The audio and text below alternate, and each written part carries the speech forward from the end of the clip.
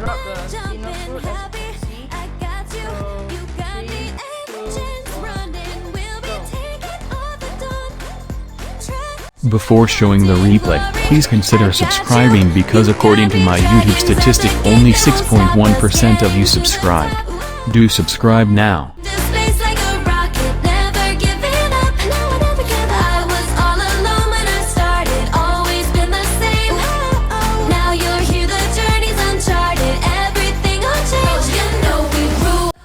Seeds dispersed by wind are usually small and light.